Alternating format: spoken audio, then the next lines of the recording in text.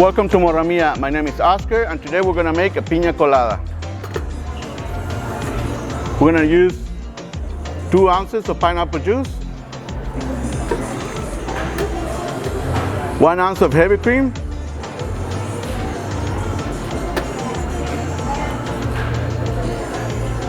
and 1 ounce of coconut cream. We're going to use coconut rum, 1.5 ounces.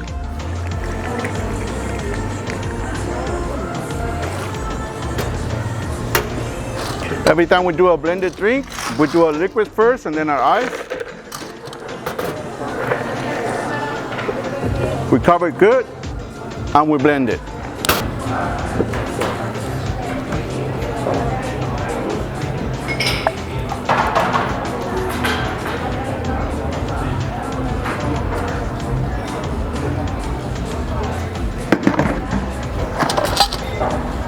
A Cool Whip.